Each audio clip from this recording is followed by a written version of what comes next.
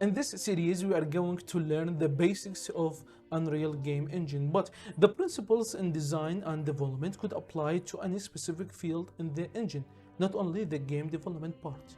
Now, whether you are advanced or just getting started with Unreal Game Engine and development, we are here to give you the guidance and the confidence to get started.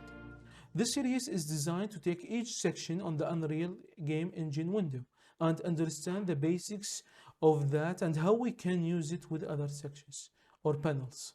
So this is the Unreal Game Engine window when we started a third-person project.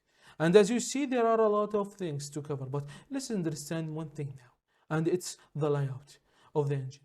It has 5 sections or 5 panels, which are modes, viewport, world outliner, details, and content. And these are the basics, and it will become more complicated when we go further in Unreal. But for this, now that's enough for that video. I hope you will learn and enjoy the series. Thank you for watching, and I will see you in the next videos.